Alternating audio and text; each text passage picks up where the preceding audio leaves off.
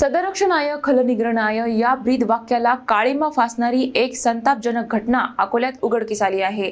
Civil line police ठाण्याच्या लॉकअपमध्ये असलेल्या एका महिला आरोपीकडे चक्क एका पोलीस उपनिरीक्षकाने शरीर सुखाची मागणी केली असल्याचा प्रकार समोर आला आहे। अकोल्यातील सिव्हिल लाईन पोलीस ठाणे जिथे गुन्हेगारांना जरब बसवली जाते तिथेच माणुसकीला लाजवणारा प्रकार उघड आला आहे। 80 लाखांच्या आर्थिक अपहार प्रकरणात अटकेत असलेल्या एका महिलेला लॉकअपमध्ये ठेवण्यात आले होते।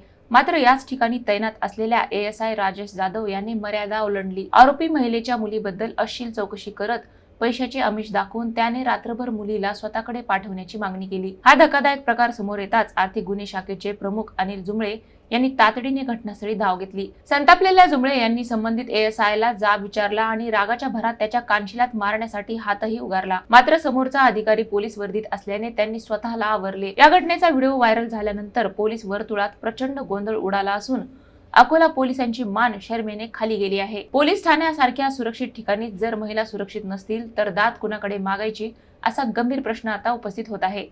वृत्त प्रसारित होताच अकोला जिल्ह्याचे पोलीस अधीक्षक यांनी तात्काळ या गंभीर घटनेची दखल घेत ASI राजेश जाधव यांना निलंबित करत त्यांच्यावर गुन्हे दाखल केले असून या संपूर्ण प्रकरणाची सखोल चौकशी सुरू करण्यात आली आहे।